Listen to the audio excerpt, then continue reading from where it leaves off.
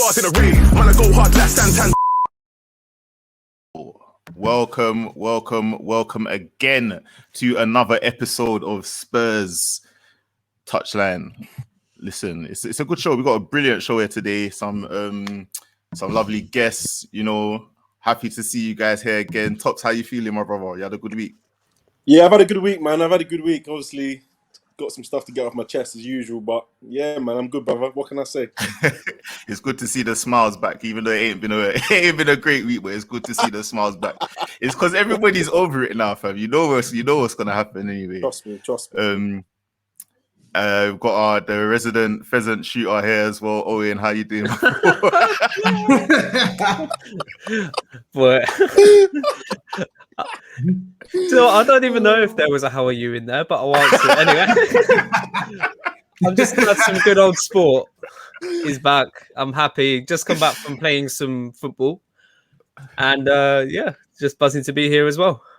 Good. And our all-star pundit as well, Tap in Tobes. Superstar, how you doing, bro? Definitely not a superstar, but I'm good, man. I'm good. Like you said, I'm much better now. We've had a couple of days to soak in what was a disaster of a result. So now the bank holiday weekend, I've chilled. I've had a couple of days off, so like I can smile again. But how long will I be smiling for? Time will tell.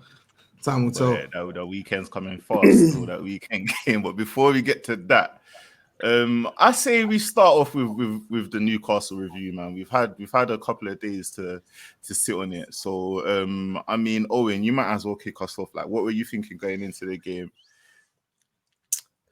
I mean, going into the game, I knew they'd been working on kind of being more progressive, like hiring this guy called Graham Jones, who was essentially brought in as an attacking coach. Mm-hmm. And I guess they got to do some work over in the international break because they were experimenting with this kind of diamond rhombus that's similar to what we had been experimenting with against Villa. But when I saw the lineup with the three at the back, and they had dropped quite a few players. Like they had Paul Dummett, some guy called Kraft.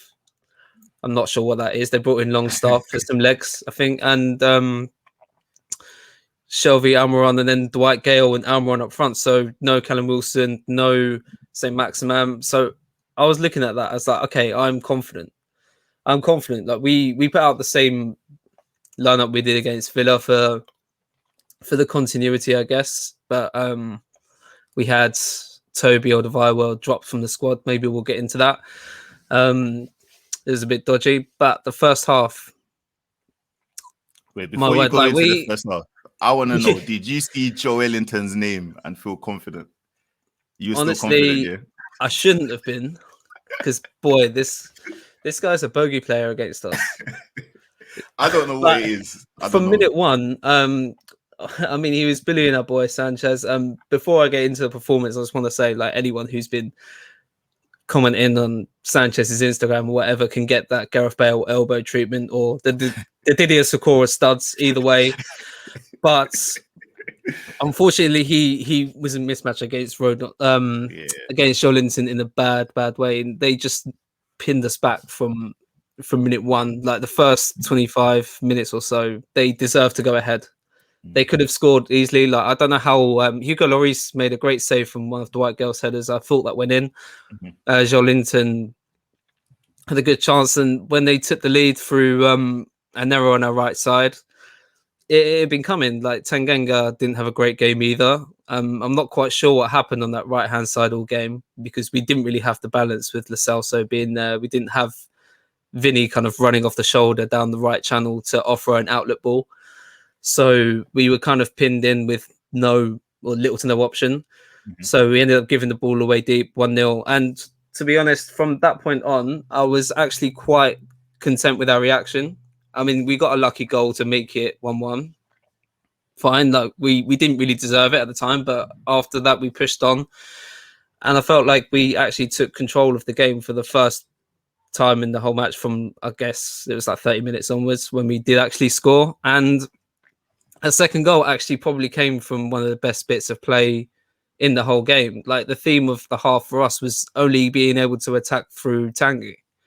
So every time he dropped the ball, every time he got the ball, he'd drop a shoulder, commit 2 players, and we'd have options all over the pitch. It was just a bit disjointed in attack, but it's funny, for the second goal, it looked like Vinicius was actually further on through on goal than Harry Kane, but he kind of gave it the eyes, used Vinny as a decoy, and then done his signature no-look reverse ball into Kane, and he slotted it away brilliantly. And I was happy and content with the degree of control that we showed for the rest of the first half, because we actually looked to keep it.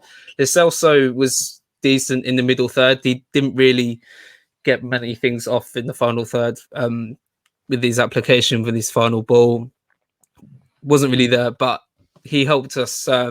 He helped drop in and control the rest of the half.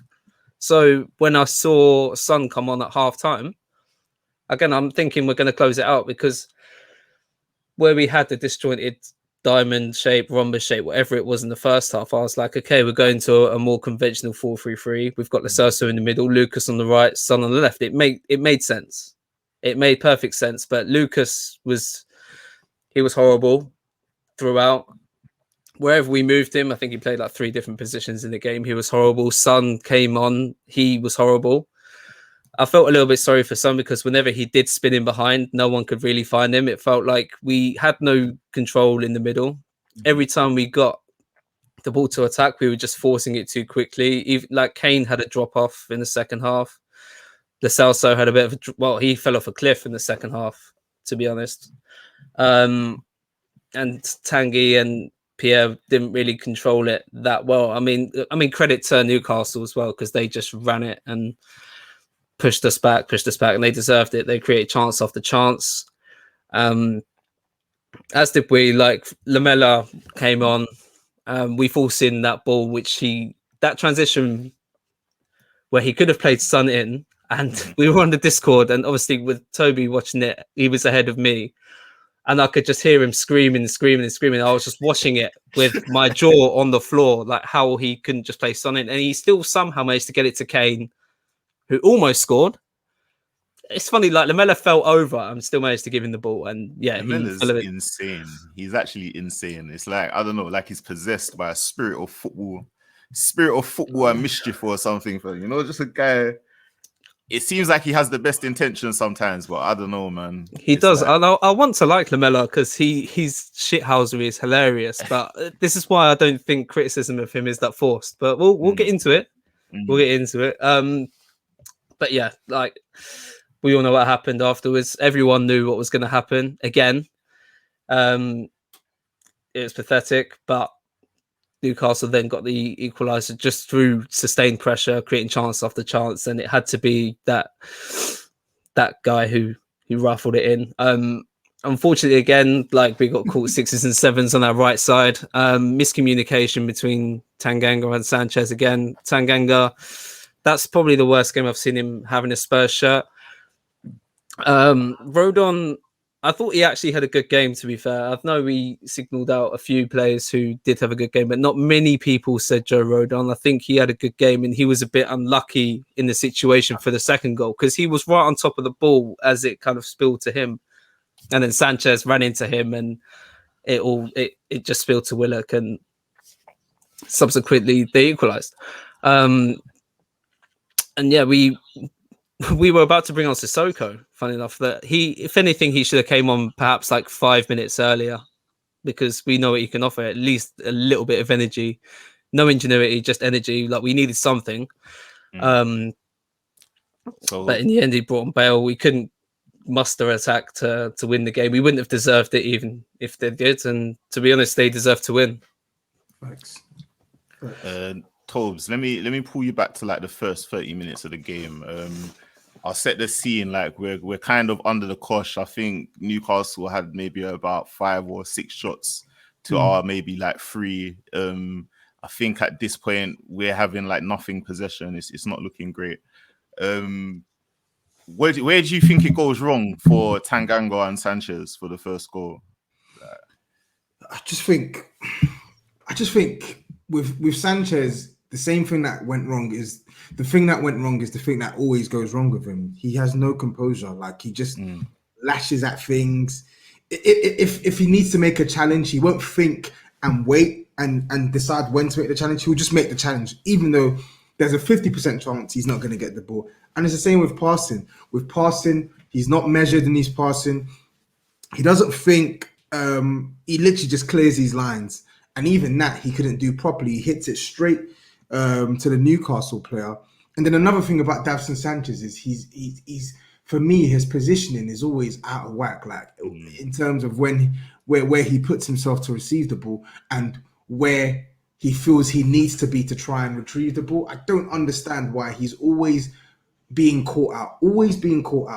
For Tanganga, like Owen said, I think it was, like, for me, that's the worst game I've seen him play this season since the League Cup game against Chelsea, where he had just come back from injury and he visibly looked well off the pace. But as far as league performances are concerned, that's the worst performance I've seen from Tanganga since his Premier League game against Wolves last year, where he made that mistake for number 2 when number 2 was playing for Wolves. Tanganga, he just didn't look focused the whole game. I felt he was sloppy in possession. I felt that it was far too easy for Newcastle players to get ahead of him. I felt like his challenges were laboured. I felt even the pass that or even though the attempted clearance, lazy again, straight to the Newcastle player, and then Sanchez says, "You know what? I'm going to copy you," and just hit it straight at the same player. And I'm going to show you how to fuck up a clearance. Exactly. You didn't fuck it. Sanchez said, "You didn't fuck it up enough, so I'm going to fuck it up for you real good." And it just results in the goal. Like, Owen says Joe Rodon played well. You know what? In hindsight, I don't think Joe Rodon had a bad game, but I just didn't like the fact that Joelinton had the freedom of St. James Park to do whatever he wanted. That wasn't just for Sanchez, that was for Rodon as well. I felt, apart from aerial duels, I didn't think Rodon had the edge over Joelinton at all over the 90 minutes. And whilst he was unfortunate for the equalising goal, that the whole back line was just a recipe for disaster on Sunday. The whole back line. I think you could say that I think everyone was poor. Sanchez was just like a level poorer, maybe, than everyone else. And I think that did put pressure on the rest of the guys. Like, it weren't particularly fair for like the likes of Tanganga. Like, he felt a bit isolated to me between, I guess we've all said it already, but between Lo Celso and Sanchez, like, he seemed very isolated. I give credit to Owen's point in that Rodon probably looked better because of how bad Sanchez looked. But I wouldn't say that he looked great in that game.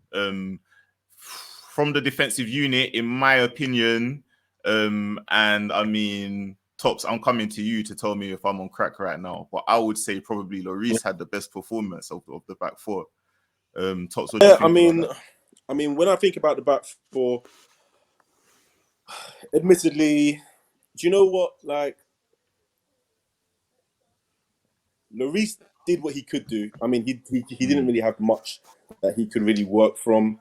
My case is done with Sanchez. I absolutely believe every single point that Toby was saying. This is a player who, at his age and have played at this level, and the number of games that he's played, he seems to not be improving, and he seems to be doing a lot of the same things again and again. There seems to be a lack of composure, a lack of like nous, and a lack of just doing the simple things right. You know, sometimes you want your defenders to break the lines, or you want them to be the first man to just the simple things right, like clear a ball 40 yards away from the box or head an incoming corner. I look at him and I'm worried every time the ball comes next to him. So for him, my case is done. Arguably, I actually thought the second, I thought Reguilon was like strangely poor. He didn't seem to have a game that I like. That like we are normally we're used to watching him play. Defensively, he was all over the place, diving in very out of position, and he was getting the runaround by is it Murphy? Jacob Murphy. I mean, like, and I've watched Reguilon quite a bit this season, and he got the absolute runaround from Murphy. So I was a bit disappointed in his performance.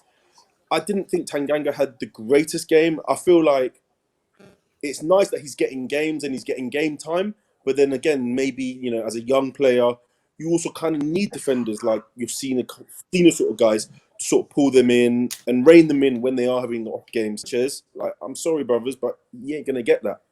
I don't think Rodon played badly. Like, if anything, out of the back four, I'd probably say he did the best. But then again, like, when you're playing next to Sanchez, everything that it shouldn't do, it really shouldn't do, man. Yeah, you made a good point there, Tops, on Reguilon, but I think he's been playing poorly since he's come back from that big injury. I think he's played poorly. I look at games against West Ham, he was poor. Arsenal, poor. Came on against Zagreb, poor. I think Burnley. I think it was either Burnley or Palace he played where I was like, okay, yeah, this is a decent performance. But even Aston Villa, like, it was mediocre at best. And I'm not trying to get onto Reguilon because I see a lot of our fans all of a sudden now, after a couple poor games, people are now saying, oh, when they're assessing our signings, they're now saying, oh, Reguilon's been okay, he's hardly set the world alight. And I'm thinking, like, this revisionism is nasty because before his injury, like, you know how well this guy's playing, and we know how well this guy been. He's been one of our best players this season. So I think the hope is now that whatever it is that he's going through, he shakes it off because we need him playing. Like, he makes such a difference to our attack, and he makes such a difference to our defense. So we need him back to his best.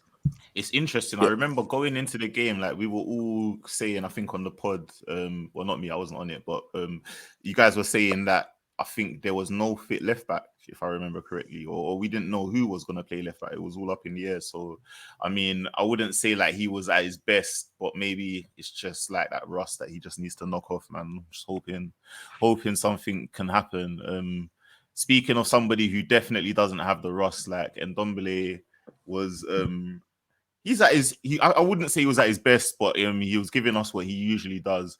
I've got something to throw to you guys and tell me what you think. Yeah, but I noticed. I've noticed something about Ndombele that I think is interesting. Yeah, the way he fizzes passes into man. Yeah, I feel like sometimes. Yeah, and tell me if I'm chatting shit. So, like, let's say for example, if it's Kane, you fizz the ball into Kane. Kane's gonna control it under pressure. Kane's gonna have an idea in it. If you fizz the ball into, let's say, a Son or Vinicius, I don't think you're going to get the same reaction. Do you think Ndombele has a bit too much faith in some of these men, or do you think it's that they don't have enough faith in themselves? I think he has too much faith. No, bro. Like honestly, Ndombele, people need to understand his ability to make passes the right. Like, people don't understand. It's even a skill. You can be a good. You can be a good passer, but if you can't pass the ball at the right weight and at the right time, that makes you ability, especially in the final third, to make the passes that at the exact weights. You're passing to Kane. Look at the assist for the second goal. He almost gave the eyes to Vinicius, but he knew that he had to fizz it into Kane. And Kane's first touch was brilliant. It basically take it first time. The problem is I'm having is that he's now doing the similar things to like Vinicius. And it's just like boing, boing, boing, boing, like a fucking pinball. and he's never holding the ball. So actually, I'm looking at Ndombele and thinking, final third, you do, bro. And if they are not on point, then they're not on point. Them. Because at the end of the day, Kane was doing it, but why is man like Vinicius and Lucas not doing it? No, don't miss me with that. Yeah, and Era, you mentioned something as well, yeah. But I'm gonna remove Son from that because I think Son's first touch is I think Son's first touch is calm, to be honest. But I get your point though, and I totally agree as well. Like, some of these players, like Top said, they just don't have the tech to control a football. That's how bad it is now. We're talking about seasoned vets, 27, 28, 29-year-old football players that can't control a football. They can't trap a ball. And I know it's hypocritical from me, who's terrible at football, but I'm not paid 80 bags a week to play this shit, am I? It's ridiculous. I'm not paid 80 grand a week to do this, and you can't even trap a ball.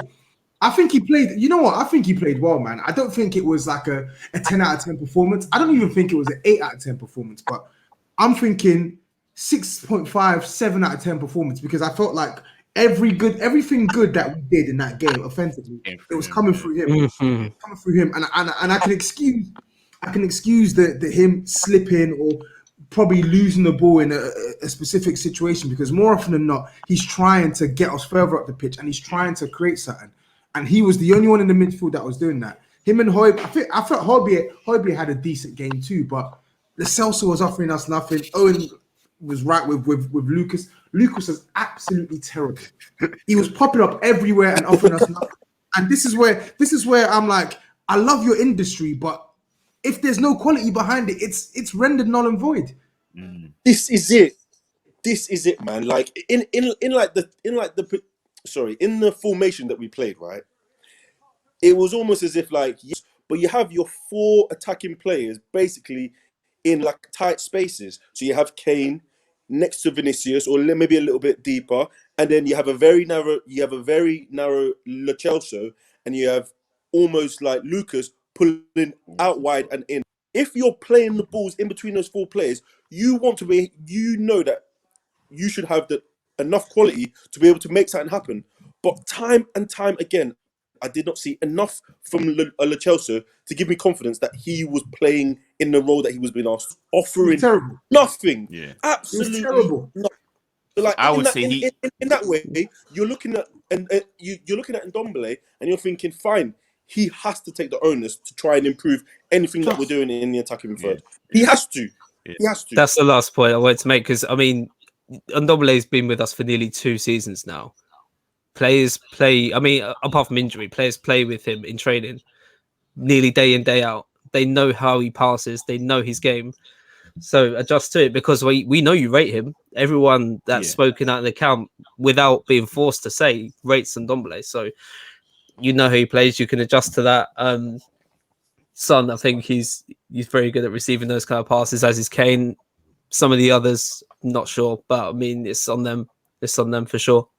Do you think like I don't know, like for me sometimes I think like so Tops, this is more onto your point as well, like the way we were playing so narrow, it feels weird sometimes that it feels like there's still no link up play, like we're all playing so narrow, we're in the same places but nobody wants the ball and nobody wants to pass to anyone else. It's so weird. There's no intricacy. And I'll tell you why. It doesn't make sense. And this is a point I think is very important for someone like you, right? You have these type of players playing in these type of positions and they're trying to build attacks or create something. But I'm looking at those, especially those front 4, and I'm seeing a lack of like patterns, a lack of structures that will allow us to build. Think about the style of play that we actually did on the weekend. Players who were quite narrow, and Ndombele trying to do as much as he could, and the only outlet we have really on the wing was Reguilon because Tanganga was offering nothing on that right side. So you're in a position whereby you want us to try and control the ball and progress the ball, create like attacks, but there's no structure, bro. There's no patterns. We're playing basically. I hate saying this term, but we're playing like with vibes, and this is why I feel like this specifically. When I watch games like this is on Mourinho, brother. Because as to be able to play with certain patterns, with certain structures, and it looks like every game we're watching, he's not doing that. He's not, and that's why I'm like, sometimes, you could say it's the players, but if they're not given instructions or the right like detail to be able to and create, especially in the attacking third, like I think I read a stat like we had 11 shots to Newcastle's 22. Yeah, Newcastle had 6 big chances, in which 4 of those big chances they missed. We had 2 big chances and we scored. We hit the woodwork once. How is we as a 5th place in the league against Newcastle, who are basically struggling to keep themselves in the league, conceding 22 shots? Like this is why I want to give some credit to Newcastle though, because they did appoint, or Brucey wanted to appoint this Graham Jones guy who's helped them out, which is what Mourinho brought in Sacramento to do. But I've not seen anything of João Sacramento's input whatsoever. I'd love some more clarity on that, because other than the first kind of a few weeks of his like first season or when he first took over, I've not seen any of João Sacramento's input whatsoever, apart from a few yappy little phrases to switch to play on the Amazon documentary. That's all I've seen. I've not seen El. Yeah, this is what I mean. He's allegedly shouting press every second of every minute in every language, but we're not pressing. Like we're not seeing his input. I don't even know what a pressing trigger is anymore. Like, I But, feel like guys, he shouts no one does press so much. It makes me feel to press. It's scary, man. You know what it is as well. It's like he's shouting press. And I'm like, okay, cool. You want them to press, but when we are in possession, now what? And you know what? This is what I don't get with this team, because I watch these players play, and I'm of the opinion that players should have thick skin, and they have a minimum standard that they need to bring when they step on the football pitch. But at the same time, when we're in possession, what you're learning on the training ground is what you're going to translate onto the pitch. And what we're seeing on the training ground, or the lack of what we're seeing on the training ground, is manifesting on the pitch. Because when we come up against a team that has the slightest bit of organization, we are dumbfounded. We are dumbfounded, bro. And it doesn't make sense. Because listen, I'm a fierce critic of some of the players in our squad. We all are. We all criticize some of these players in our team. We all think that some of these players maybe, they're not as good. But you cannot tell me that these players are not good enough that they can't even bop Newcastle. You can't tell me that these players aren't good enough that they can't bop Brighton. They can't play football. We have enough players in this team to be able to play a reasonable standard of football that can get us over the edge against Newcastle and can actually put sustained pressure over on a side like Newcastle. So why can't we do it? That sustained pressure and control is the maddest thing, because we just can't do it. Can't do it. Even against Newcastle. I think it's funny. Like, if last week was like a 4-4-2 rhombus, I don't even know what this one was. This was some parallelogram Batman thing. I don't know. And this is why, for me, brother, I keep saying this. Like, you can have as many defensive errors, you can have as many perfect in that game. I'm looking for one of two things, right? We are a better team than Newcastle. So are we either going to control the ball, retain the ball, try and progress the ball, and attack to be able to score? Or are we going to sit back, look compact, look disciplined, look structured? Bruv, we didn't do either. So when we were winning, it was like, fine, we're winning, we've got our goals, and now we've conceded, it's 2-1, we're going to the second. All I want is my team to start doing things that are structured, they look compact, disciplined. Nothing, bro. Like, in that second half, we just bust it open, bro. And that's what was crazy, because I look at Newcastle and I think, fine, Newcastle played well. I give them credit. But the gate from the fact that we didn't look like we were doing anything, or we looked like we knew what we were doing in that second half. And that was what was just the most worrying thing for me. Like, people could say, yeah, it's margins.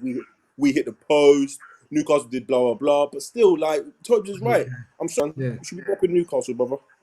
I would say, so fully agree with you. Just to take it back maybe like one little step, just half time, I would say it looked like to me we tried to change it at half time. So away from this parallelogram kind of thing, we went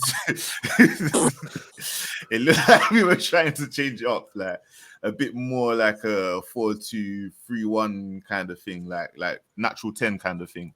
But it still didn't happen. So it didn't feel like it made a change. Do you think that's like what does that come down to? Is that Mourinho picking the wrong tactics again? Is it the players not being able to pick up on these tactics? Like, what does it come down to?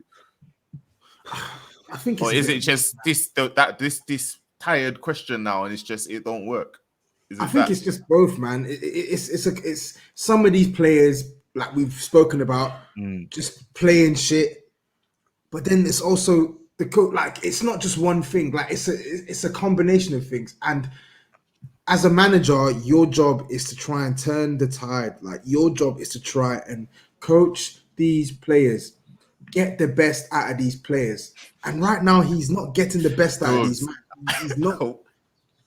I want you there, yeah, because in the post-match interview, I can't even remember what they said to Jose, but they said something to him, and then his reply was something about having trophies or something. The And his reply question was go on.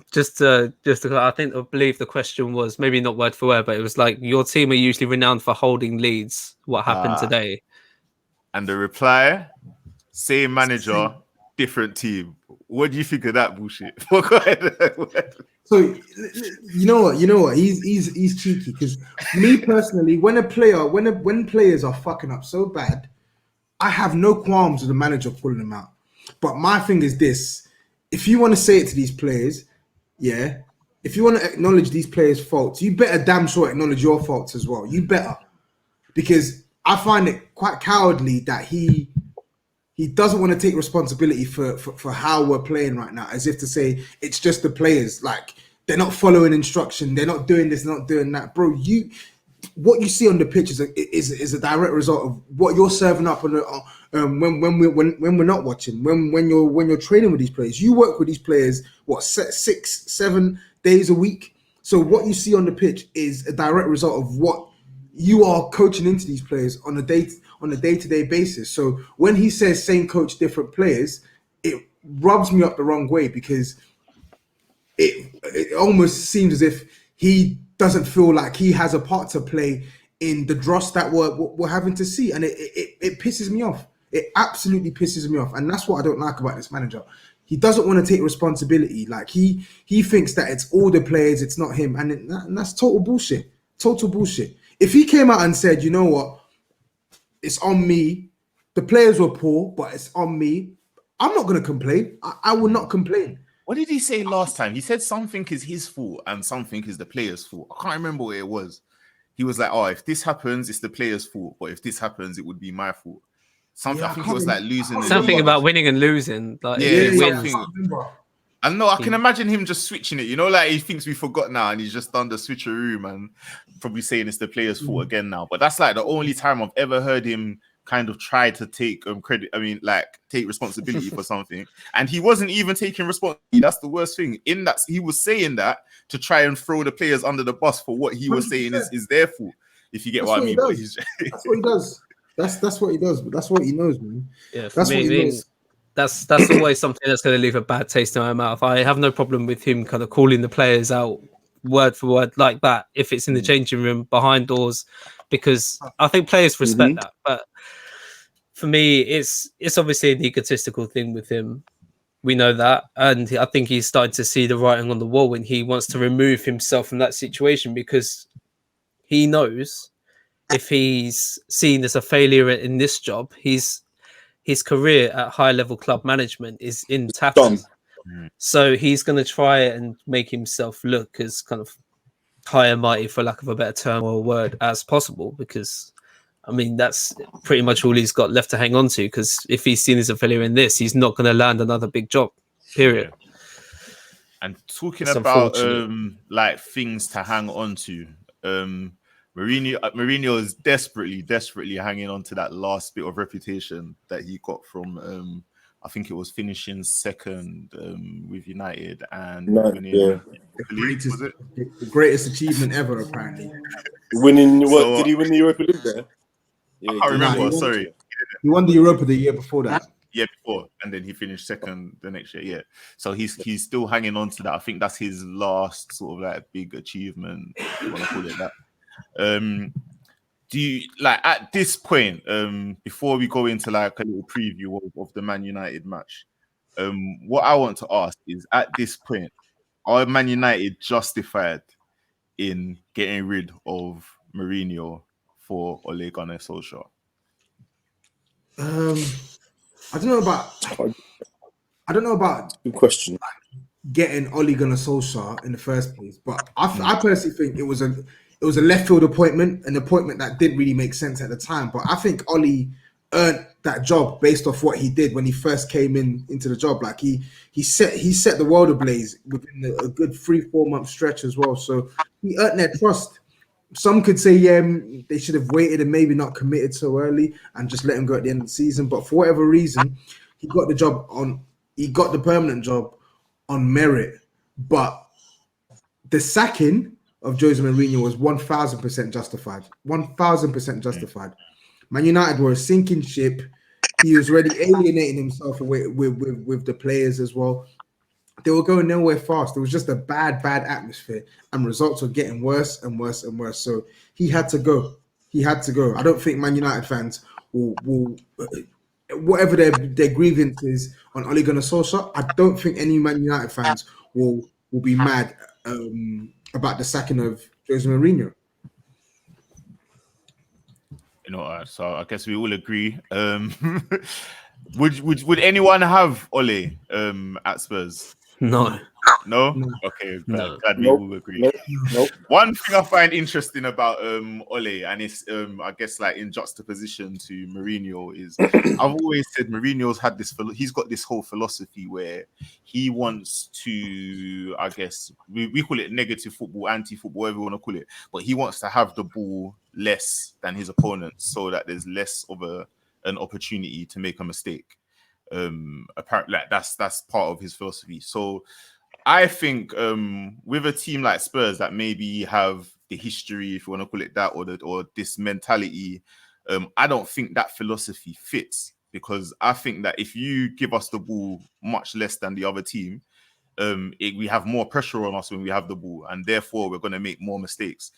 And then I think if that's in like direct opposition to what Ole does at the moment. So if you look at a player like Bruno Fernandes, he reminds me of Dele Alli under Pochettino, in that he tries lots of things per game, like hundreds of things. So many of them won't come off. But because he feels free and he feels like in this environment, I'm allowed to actually try these things.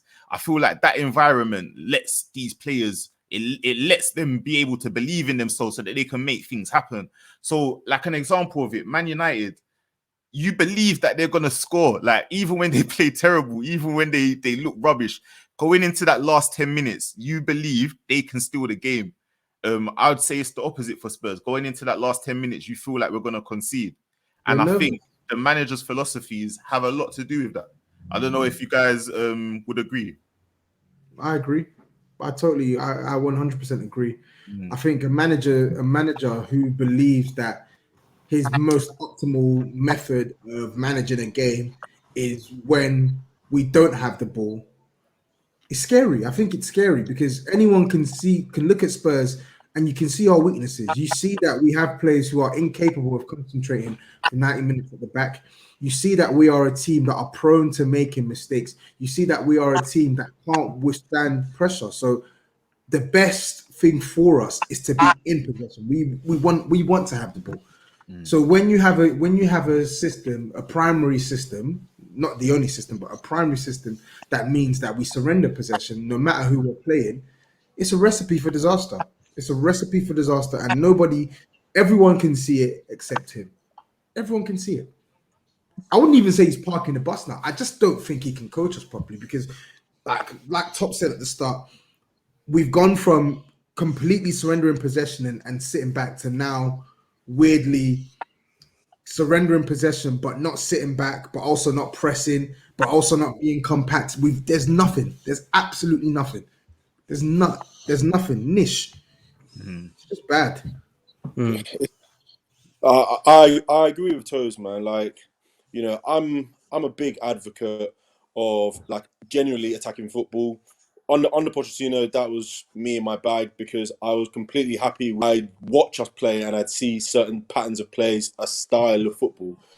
But, you know, I'm never going to be an advocate or someone who believes in a style of football where at the top level you are going into some games or not to have the most possession or not to score the most amount of goals. Like, I just can't believe in it. And the one thing that also worries me about it is that at the top level, there is no other team who plays like this. No other team who's successful that plays like this. So what the kind of players that we have to be like happy to concede these type of performances, to concede this type of style. It's not on. It's not on. And it is down to the manager. Fine, the players will make mistakes. Fine, the players will do X, Y, Z. But this is largely down to him. So I can't really be in the mindset that, like, at least with Ollie, right? Okay, the thing, okay, you can look at United and people call them a moments team, but they have the confidence and the bravery to just attack. 9 times out of 10, they're going to go into games and they're going to have the opportunity to score. Even if it means at the expense of their defence, they're constantly putting themselves in a position where they can have their most attacking players, their most clinical players, put them in areas where they can score goals. We are on that level, but for some reason, we don't play to away to benefit these players. These players that we have are just exceptionally clinical. That's literally it. You know what, as well, yeah. I think Owen. I think you wanted to say something. I'm not sure if you had it on mute, but Yeah, I did. I was only going to say, like, I genuinely used to think a pragmatic kind of play style would suit us because obviously we do have a weaker defense. We know that we wanted to protect it, and I think Mourinho wanted to try and follow obviously the example of his previous teams, but also the example of Ranieri's Leicester or Conte's Chelsea, both pragmatic title winners, and then Mourinho before that with that Chelsea team, but. For me, I just don't think the players are starting to rate him less and less because the integrity of his word is just gone. Because I think we've changed play style at least 4 times since he's arrived. It's weird. Like we kind of started out as this kind of attacking team, which kind of attacked a little bit differently with the lopsided. Then after Project Restart, we concentrated on being more solid defensively, and then we kind of started to attack more this season. Then went to park the bus, and now we're kind of caught in limbo again. So I mean, this is why the players don't rate kind of João and Sacramento or Jose Mourinho when they're shouting press or shouting instructions, because what does the integrity of your word even mean if the players are dictating how they want to play anyway? Whether it's right or wrong, I guess the point is the integrity of the manager. Like I would understand it if he stuck to just that one kind of pragmatic style and then just made little refined details and little adjustments to that style. But if you're shifting the whole instruction of the team, the whole play style on a periodic basis, then what does your word even mean at this point? See, it's funny. I know we got the whole touchline Hotspur civil war going on over Mourinho, and whether it's supposed to be whether it's Mourinho or the players. But it's interesting. I think, Owen, you said there has been some semi-recent success with these kinds of tactics, and I think it does come down to not only just being a case of Mourinho's tactics being negative, it's negative for this group of players. I think it's funny, being the host, sometimes I'll sit here and hear you guys arguing, or you guys versus Yao or whatever, and I feel like you're making the same point, you're making it in a different way. The players definitely need to go. If the next manager comes in, some of these players, we know the ones we're talking about, 100%. They still have to go. And the manager does have to go, because no matter how you look at it, even if those players were to become squad players, he still can't get anything out of them. You could even go as far as to say he's given up on a lot of them. I feel like he picks a team, he picks an 11, but what is the starting? There's no starting 11. He doesn't care about it that much. He's just trying to get through the season, if you get what I mean. It feels like from the outside looking in. Well, as a way. Yeah. As a way. You know what is the error as well? Nobody is gonna, honestly, and I think I've said this a gazillion times, nobody is gonna complain if he sets up pragmatic in certain matches. If you set up pragmatic when the situation permits you setting up with a pragmatic style, nobody's gonna complain. Against Man City, when we won 2-0, concentrated performance for 90 minutes, sat back and looked menacing, actually went at them on the counter attack, nobody's gonna complain. For me, it's all about picking your battles. But for the lion's share of the games we're playing, with the players that we have available, you should be looking to play on the front foot, because you have the players at your disposal to play on the front foot, and then you have the added fact that you have a defense that is incapable of consistently playing a pragmatic style. So for me, it's obvious what the optimal style should be for Spurs, and yet he can't see that. He can't see that. It's weird. And Owen said it as well. He's tried to change it up, but he just can't get it to work. And for whatever reason, yes, we talk about the players and stuff. We know some players need to go, but from when you can't get a clear style that can work with this team, there's problems here, mate. There's problems. Yeah, it's definitely not. It's not ideal. And I mean, how much detail do you guys want to go into on this United match? Should we just do some predictions and move on to opinions of the Spurs fans? Let's keep it brief because I don't think a lot of us are looking forward to this game. Yeah, I mean, I like you. I think you were spot on just now. To be honest, Tobes, like pragmatic when the opportunity or when the opportunity arises or when the situation calls for it. And I mean, if he was to turn up pragmatic with a plan like what we saw against Man City, I'd have no problem with that. If he's gonna turn up looking like the first 30 minutes against Newcastle, I'm probably you're gonna hear me shouting, press off, press off, press off on the TV, babes. We're going out. That's what you're gonna hear me shouting. But anyone else? Any other predictions? What do you think is gonna happen? For the United game? Draw. Yeah, score draw again. Boy. Yeah, I mean, I'm just hopeful. I feel like there's a little bit more pressure on United. It's going to be nice only playing one game a week now. We're at home, if that means anything these days anyway. So I'm quietly confident we're not going to lose. I don't think Rashford will be available for that as well. I believe he's kind of being risked tonight through injury. This is going off Muga sources. So Muga sources, if you're wrong, then quit your mind games. But yeah, I don't fear their attack without Rashford. And I mean, I'm going to say that, and then Martial's going to pop up with his only good performance from now to the rest of the season, right? So, yeah, do you know what? I'll go score draw. Is he injured as well? Yeah. Yeah, he's injured. Yeah. I don't fear their attack that much. Would you start Lamella?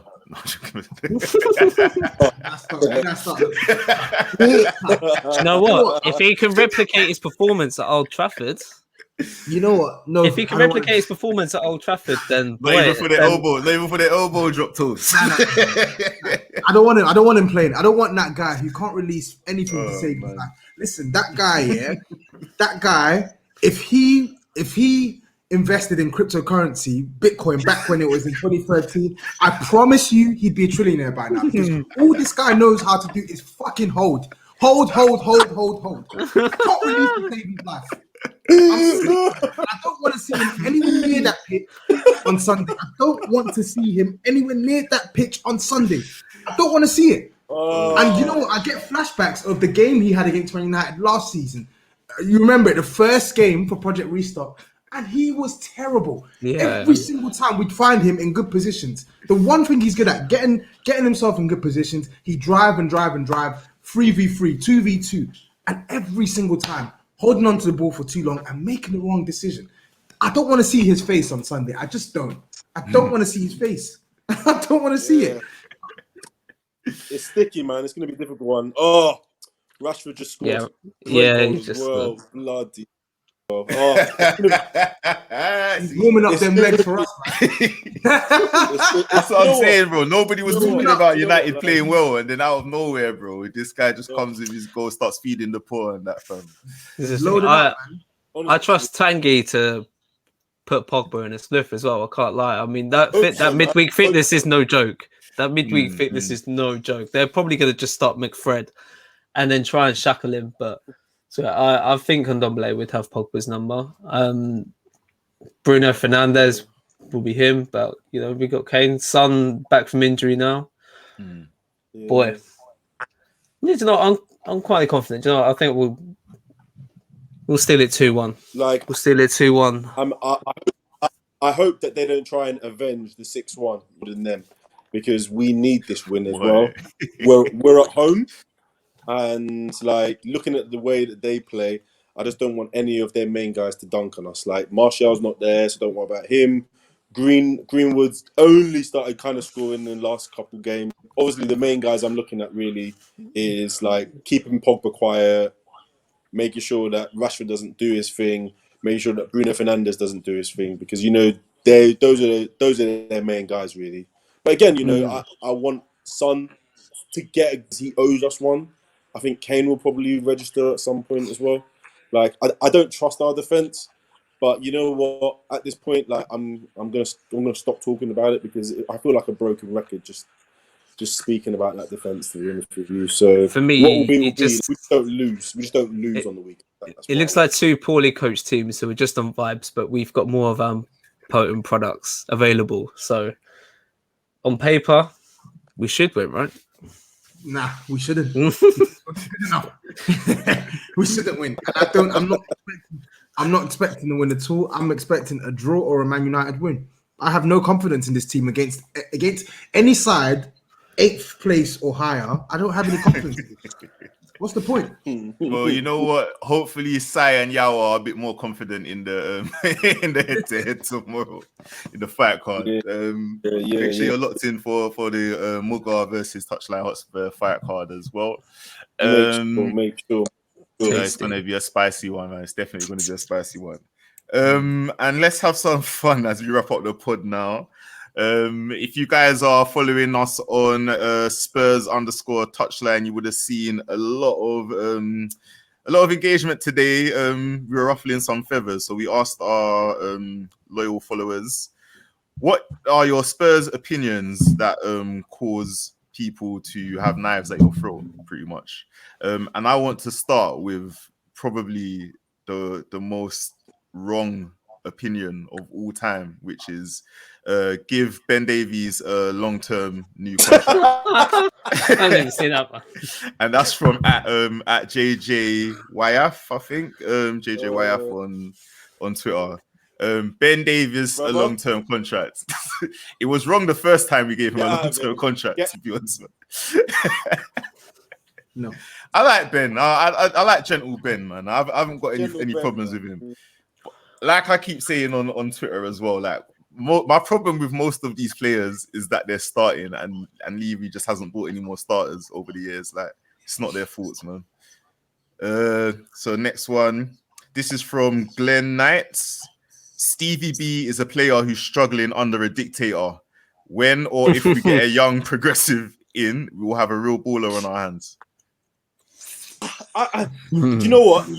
I'm on the fence about that, because I've not seen enough of him this season. Nothing. I've basically seen nothing of this season. I feel like, yes, there's a player there, but I mean, if he's a young baller, he should have the season. Like, how is it that he's not even getting game time at the moment? He's not even getting game time.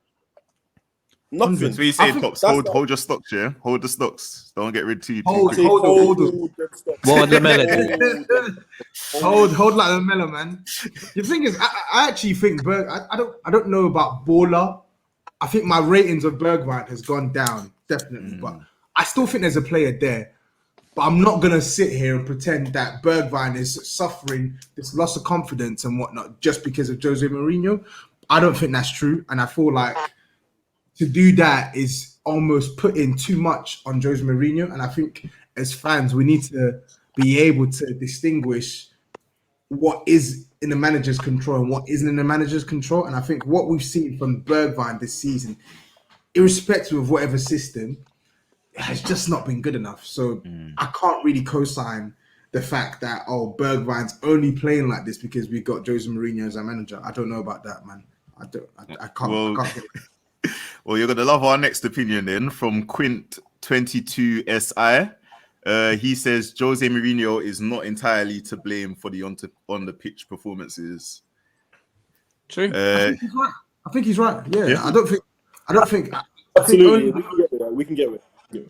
Yeah, only the most stubborn Spurs fan or Jose Mourinho hater would disagree with that. I think every balanced Spurs fan can see that it's not just Jose Mourinho. It really isn't. All right. This is from Shug Sentinel. He says we are dangerously close to losing our Big Six status. That's a controversial one. What do you think, guys? I agree. Yeah. Then you're gonna come off the Big Six show then.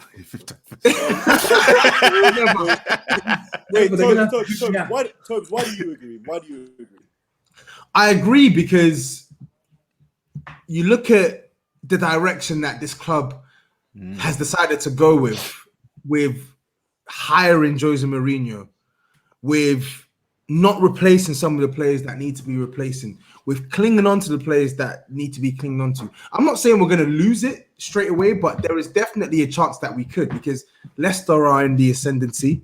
Yeah, they're in the Leicester are in the ascendancy. They're not going away anytime soon, and it doesn't look like Jose Mourinho is going to get sacked anytime soon as well. So I don't really have any confidence in us finishing in the top 6 this season and then maintaining that next season as well. I just don't. I'd need to see drastic changes. So for me, there is a chance that we could potentially lose our Big Six status. We could.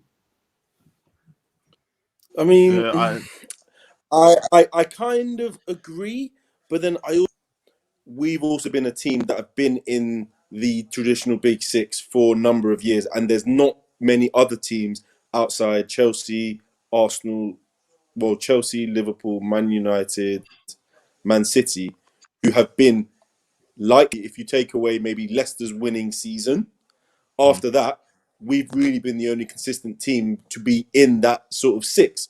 Like Pochettino was very, very good at keeping us there and pushing us to where we are.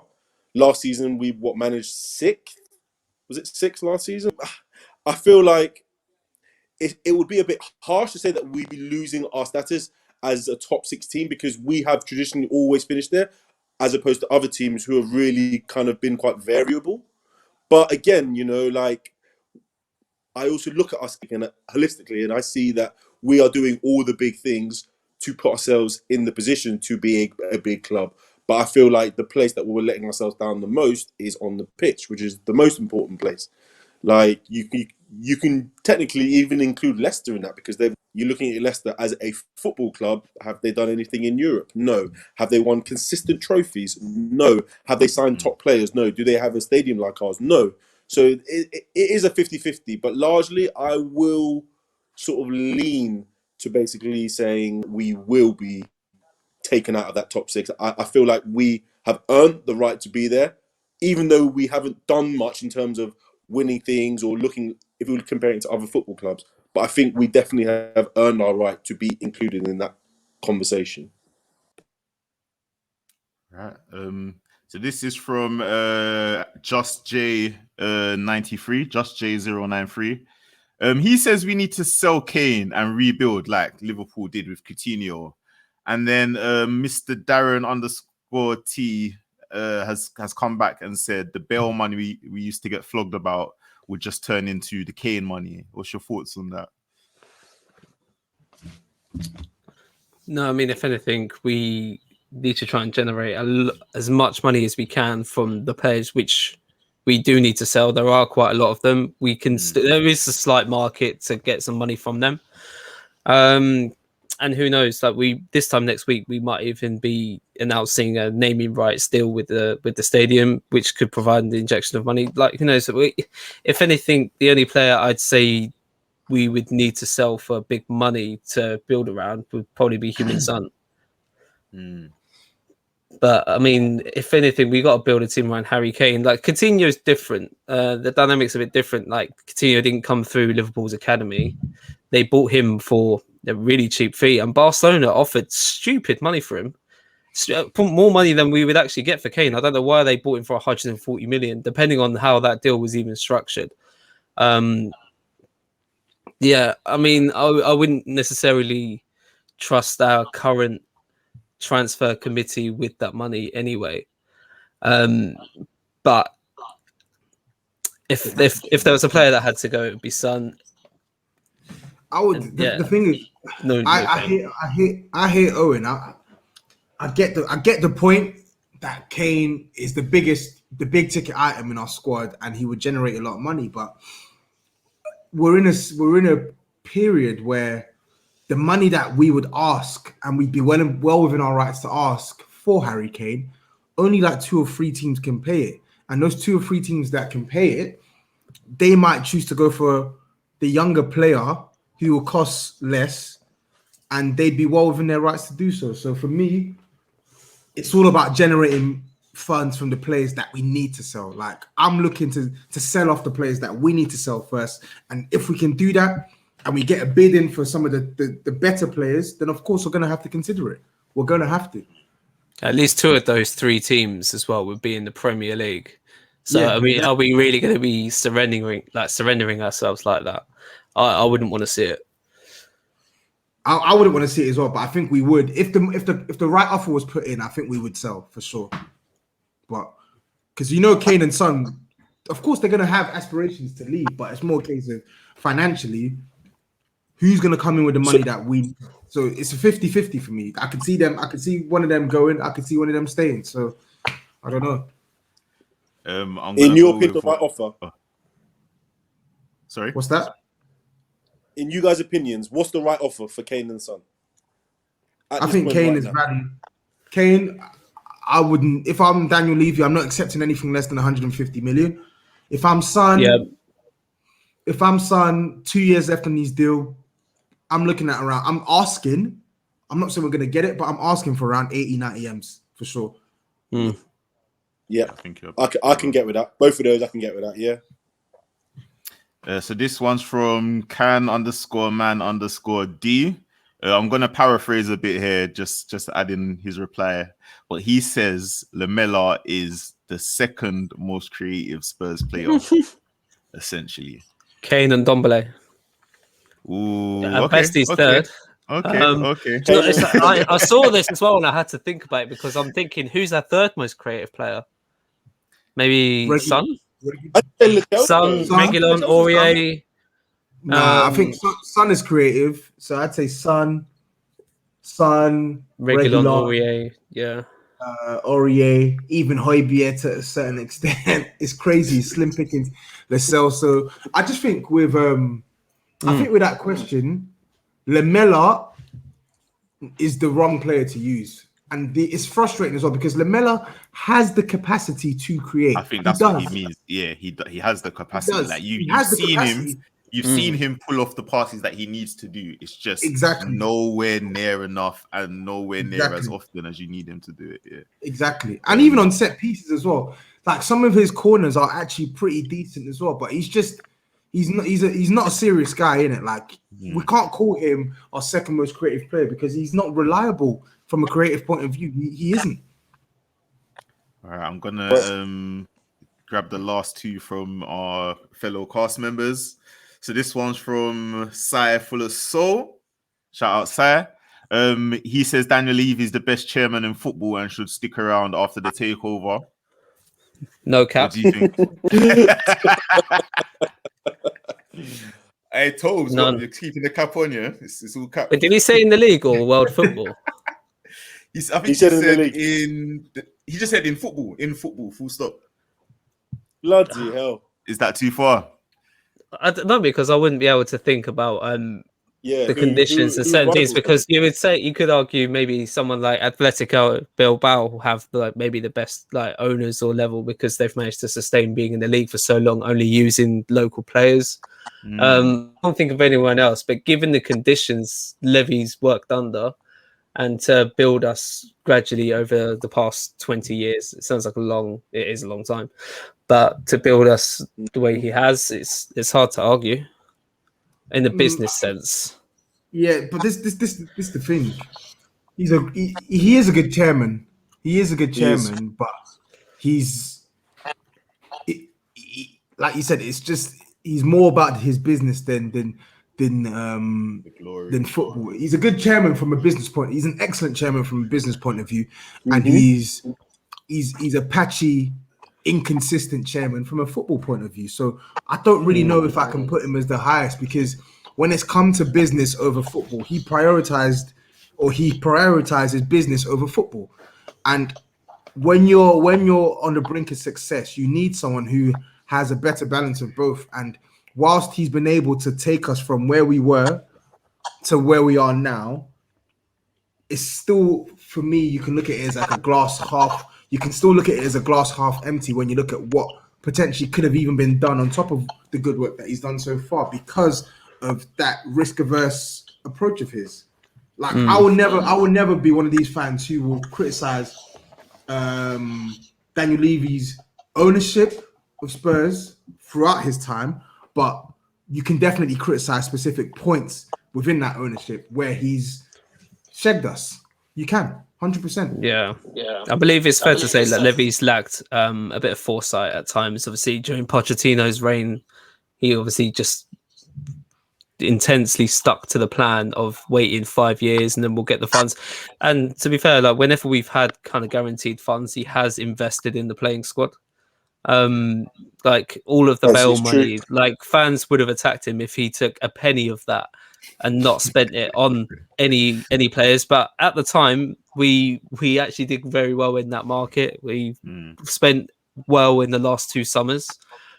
Which he said he would do once the stadium was complete. It's unfortunate, obviously, we've got no fans and no revenue, well, not much revenue.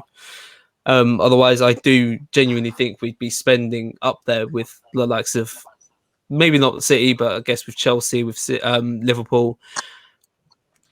But yeah, I think I would just add the point where he has invested in the playing squad when he's felt that we've got enough free funds to do so. Yeah, I think I agree more with Owen. Probably, I think he has the intent. I think he has the intent to make us better. And I think if you look at it over a scale of like 20 years, I think he's achieved. I think he has definitely achieved it. But if you start looking at it in smaller term, like when you're looking at the micro, so looking at seasons, individual seasons, that's when I start to agree more with Tobes and Tops in that he doesn't prioritize the glory, even if there's an opportunity for it. He doesn't prioritize that. Do you think the error as well? Like, do you have faith? Because I know I do agree with Owen to a certain extent that like we did see like a willingness to spend and to take more risk in the transfer window, but that, let's be honest, that was the minimum that he could do after 18 months of no spending. That completely crippled us. Like the rot had set in as well. So again, I feel like with Enoch, in addition to the fact that they're risk averse, they're far too reactive. So what I'm asking of you now is, even with the spending or what, like, do you trust that Daniel Levy is going to take more risk going forward, and he's going to put the right people in place to get us the right players, to not shortcut success, and to get the right targets for the club? See, it's harsh, but I'm gonna have to say no. I don't trust him to do that. Thank you. I think personally, but I this is what I do trust him to do, though. I trust him to not fall off the face of the earth like a certain club down the road in North London. Yeah, like I trust him to make sure. I trust him to make sure that when I look at the league table on my phone, I'm not gonna have to scroll down. That's what I trust him to do. Right? I'm gonna have to start looking for a championship. Careful, you're gonna go viral. No, intent. I think intent is the key word. Like, we can't get away from the fact his decision making at times has been reactive. It's been a bit It's been reactive. Reactive is the key word. As I agree as well. I think it would be a stretch to say he would hire the right people to then get us what we need. He has done well in the past with Kamoli, but again, in addition to that, he's hired people like Baldini, who was awful. He pretty much threw Paul Mitchell under the bus. I'm not really sure on Steve Hitchen as it stands. Like, he's been a bit indifferent with his signings or with his input, depending on how much input he actually has. Obviously, I think quite a lot of us have spoken about who we'd actually like to be in charge of that kind of transfer committee and being the main decision maker, and that person being Luis Campos or someone of his ilk or profile. But it'll be interesting to see if he does that going forward, because I mean, Steve Hitchens looking a little bit in the mud right now. But I trust the intent to spend once we do get the revenue coming in again. Coming in again, absolutely. I think that's a massive factor. Like, we had all that sort of projected money that was due to come in.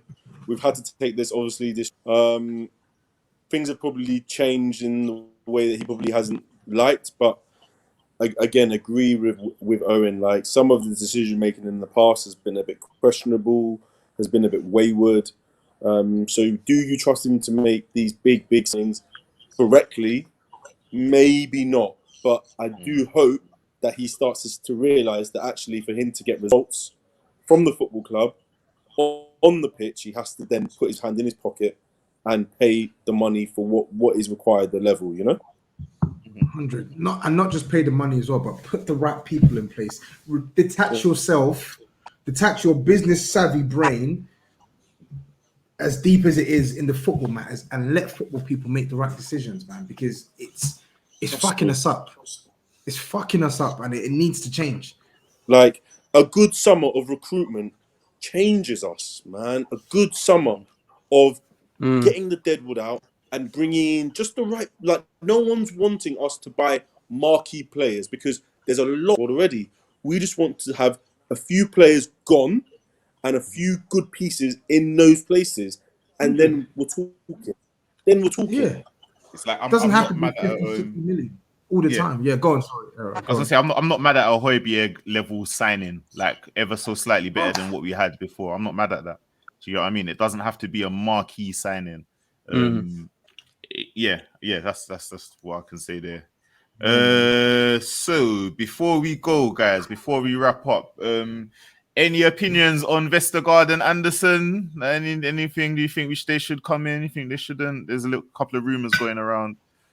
If we could, the thing is, Skriniar is going to be touted at what? Like, I'm seeing he's being quoted at what, 75 million now, because Inter are going to win.